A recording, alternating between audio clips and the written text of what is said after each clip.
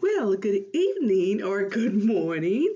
It's the certification team. This is Dr. Jenny Larry Johnson, and I wanted to present my artifacts to you in a brief recording. First of all, I would like to say I decided to approach my artifacts as an online Canvas course to actually model how I would work with teachers and whatnot to ensure that they understood the purpose of ISTE and use ISTE standards for teachers as the outline. I also looked at this as from an adult learner's perspective, meaning that adults like to leverage what they already know in order to produce what they want to know. So the course is self-paced, it's asynchronous online. They can access it on any type of mobile device at their own leisure and during their own time. And again, I have brought a team of teachers and one administrator in to come in and take a look at the course to let me know and get feedback and whatnot. So let's take a quick look at it. Now, first of all, the syllabus is designed for the ISTE team, and I actually use this as my contextualization. The goals and whatnots that are actually mentioned here explain the course and its grading processes and its purposes and the assignments from the coaches or the ISTE for educators perspective. So basically that's why you see this here is again, this would be invisible. As you can see, it's not published. This would be invisible to the learner, and the learner would be those pre-K through 12th grade teachers. All right, so let's go ahead and get going on this. And we'll go down the line on the ISTE artifacts. The challenge with it is that they're not in order, but we'll go ahead and we'll start out with number two. Criteria number two is setting professional learning goals. Now, by the end of the course, and the course is 7 modules, but at the end of each course, the participants will complete, once their learning is done, they will complete one component of each one of the learning objectives and goals and outcomes for each module. As an example, this is module 1, and we're going to talk about collaborative learning experiences, and we'll go back and fit that into terms of the criteria later. But they'd actually complete this Google form, and I'm just going to go ahead and, my goal for achieving this is to learn how to collaborate Orate with SMEs online. SMEs being subject matter experts, and I can normally type and spell. Okay, what must I do to complete that? Is I need to contact the local chamber of commerce or trade organizations. And that's how they would set a goal for identifying those needs. What resources would I need? I would need email and a telephone number, let's just say, which is what we know you need to contact someone else. And the estimated budget for that, we don't want to put it at 0. We want to say $20 just in case you need to go to a luncheon. So once they do, in the target date for completing that, let's say would be August 25th, 2020.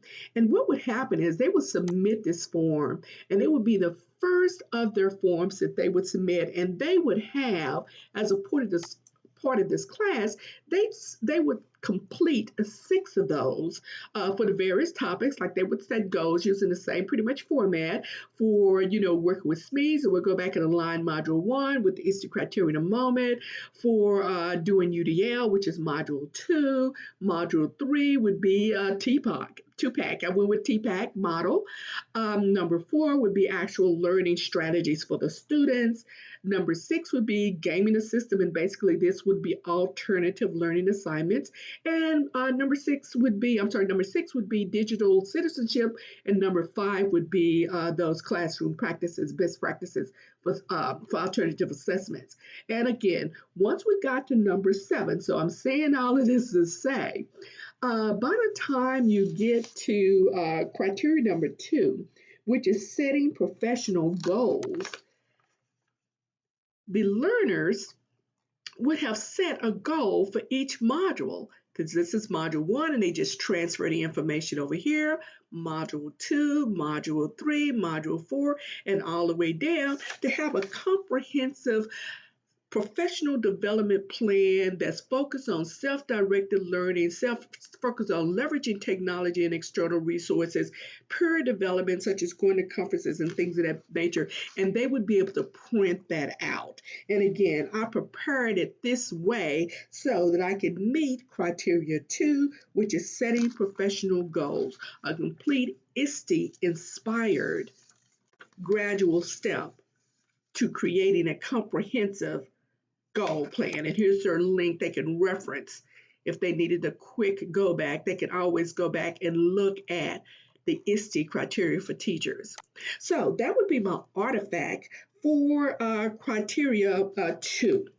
Now, on criteria 3, which is actively participate in local and global networks, that is actually my module 1 we briefly discussed. And module 1 talks about reaching out, and these are some of the goals, and I'm not going to spend the time because each one of them have them. I would just like to show you what's in there. We start out, I made it multimedia, which speaks to criteria number 20, I believe it is, but the modules pretty much try to present the information in as many different ways as possible. Again, I believe it's criteria 20, it's about accommodating the learners. If they're visual, spatial, they can go in and look at the video, and I try to define those with closed captioning. The whole course has been checked for accessibility. So, I feel real good about them being able to access the content, regardless of if they have some ADA recognized accommodations that they would need. I did a little thing here. Some people, like plain tables and pretty much text. And so I went in and talked about brain-friendly learning environments. Okay, and went in and actually for those that are real visual, let's see. Okay, did models. I always make sure, again, I'm trying to meet everybody's learning style or preference. So I did models there. In addition to that, and that's pretty much, again, I took a multimedia approach. And for number 3, actively participate in local global communities. This is actually a suggestion for a Genius Hour where they would partner with subject matter experts from anywhere in the world, anywhere in the country, and see if they can get those experts to sit down with them and their students using Google Meet or some other, their Zoom is a thing now, but showing them and even suggesting for a way to set that up. So that would be my artifact for criteria number 3. Actively participate in a local or global network. Again, my learners would be teachers. Okay, now for criteria number 4, which is report changes made to teaching practices based on timely research and best practices. One thing you will notice, or I can show you, with each one of the modules, they would always end up offering some best practices. So we've already looked at module 1. Let's look at best practices for module 2. Module 2 is UDL, and shows them all of these things go in together. Those are all of the partners that you want to have and the services you want to bring to the table. Those would be those best practices for module 2. We went down to module 3. We've got some best practices for them there in just a moment with the TPACK model. The traditional TPACK model did not need to do anything to improve on that. Also on module 4, we've got some best practices, and module 4 actually has quite a few of them, so we'll come back to that because we cover computational thinking, we cover design learning, and we cover SAMR. All this because these are all self-directed learning strategies for the students. So, but each one of these, again, we've got some best practices to go in there and take a look at the models to see what's evidence-based, research-based that has worked for professional development for my learners, which would be the teachers. So that would be criteria number 4. report changes made to teaching practices based on timely research. Also, I forgot to mention, I do also have a reference page that actually lists all of these things that they can go back and refer to often. And each of these pages actually link to other resources and references for them to go back and take a look at it. So that would be criteria number 4, report changes made to teaching practices based on timely research and best practices. For criteria number five was pretty much my Canvas course. Making sure that I did something that was user friendly, that could accommodate them, that was comprehensive, in nature. We got a few exams in there, and if I have time, I'll show you those. But at the end, ensuring that they had something that they could take away once they successfully complete the course. So that would be my effort and leadership, is that I wanted to support teacher learning, getting them to understand how to be wired, and ready to teach a digital environment with digitally minded students, because technology is everywhere. Let's understand how to make that work for us. So the course in itself was the criteria for number 5, taking a leadership role. Criteria number 6, which is advocating for equitable access. I actually have a complete module here with videos and whatnot that talks about UDL. Links them to some resources. Again, it's multimedia in approach. Let's see, also, we want to always have a visual, and I think we've already peeked at this one, step-by-step guidance on the steps you can take for those considerations.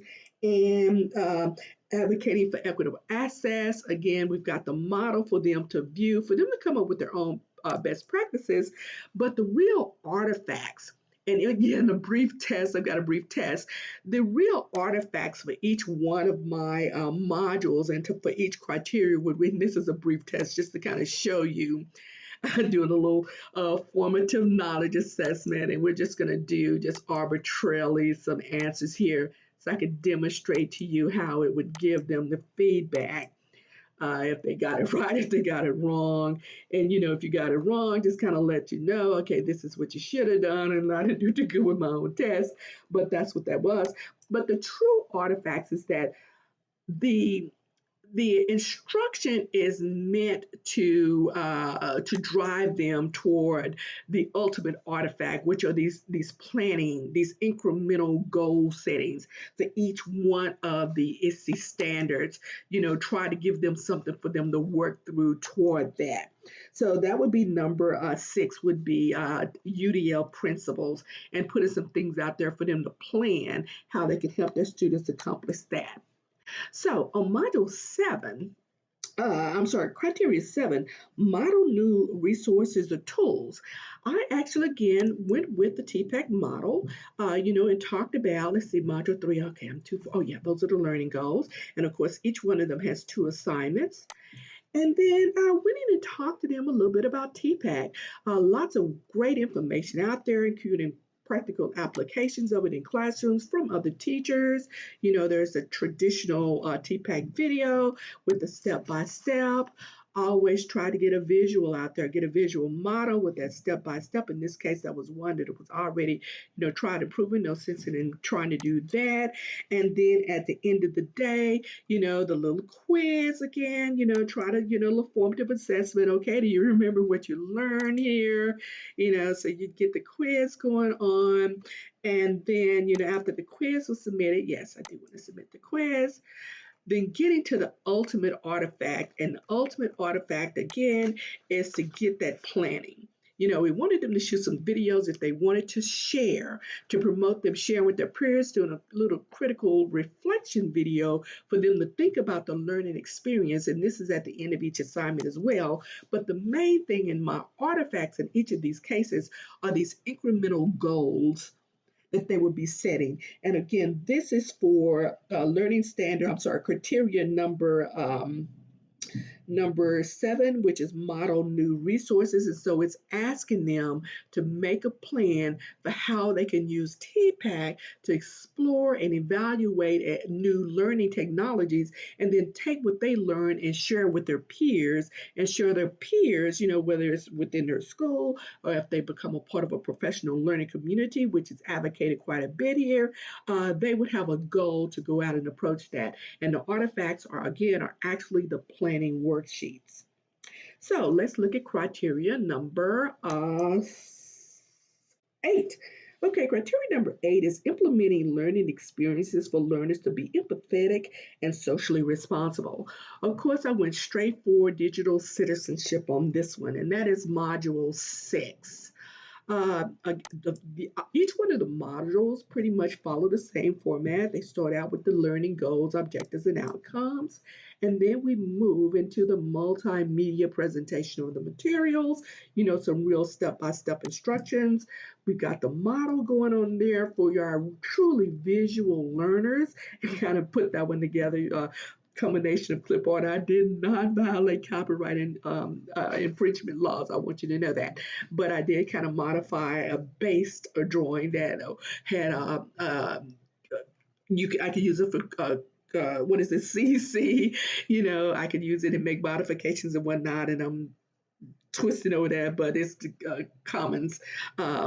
Copyrights there, and just kind of illustrated that. So again, this was criteria 8, implementing learning experiences for learners to be empathetic and socially responsible, and it covers how to talk to the students about responsible blogging, social media postings, how to report dangerous behavior, what to do in cases of dangerous behavior online, copyright infringement, and also how to access and responsibly use digital tools.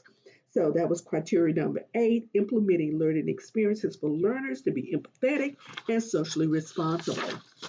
Okay, so let's look at criteria 9, promote student behaviors that encourage curiosity as they critically examine online resources. On this one, and this is module 4, and there was so much to work with here. We talked about self-directed learning, or that was the approach I took. What is self-directed learning? And so I tried to give them information of what self-directed learning looks like, and then went into some facets. So, first of all, of course, you need a growth mindset, and trying to get them over that and ready to go on, how we need to encourage our students to try to learn, regardless of whether they've had some challenges with learning in the past or whatnot. The growth mindset is extremely important before you start to try to get them to take ownership for their learning in and of themselves. So I went in and looked at the different, okay, there are some more, growth mindset stuff. Mine is a fixed mindset, and tried to get that out there. I feel like that is so important. Talked about the metacognition, thinking about thinking, and how students sometimes have to be taught how to progress from one stage of thinking to another. Just organizing your thoughts, coming up with a plan of action, applying those plans of action, going back and looking at it. Did it work? If it did not, then you need to go and start all over again. So talk a little bit to them about that. Again, this is module 4, and module 4 is addressing criteria number 9, and then talked about computational thinking. These are different aspects or approaches to self-directed learning. There's some things on computational thinking, got some good models for them there for those visual learners. Okay, talk to them about design thinking, got some good stuff there, gave them some visual representations of what that would look like when it's inquiry based and you're using design thinking. And then talk to them a little bit as well about problem based learning. Talked about that again, gave them a model for them to follow in case they're visual. We got a nice little video, and the videos Problem-based videos, by the learning way, in less are than 5 embedded. minutes. I So let's promise. go ahead and get that stopped so we can move on. So no need to leave the the course is totally integrated inside of the Canvas portal.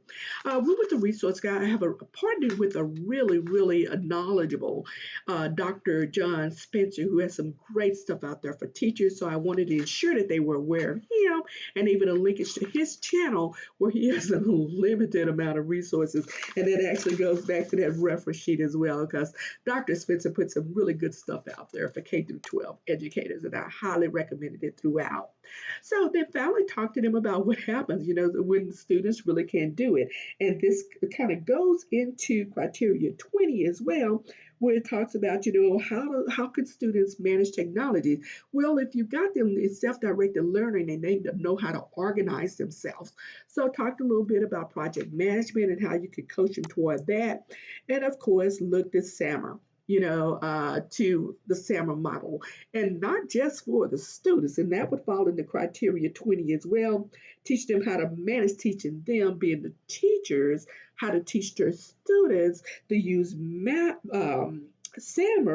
for their rules or guidelines, or, just a progressive, structured approach to integrating technology and digital tools to make things, to leverage technology to expand beyond what would have normally been capable had they tried to do everything the old traditional pencil and paper way.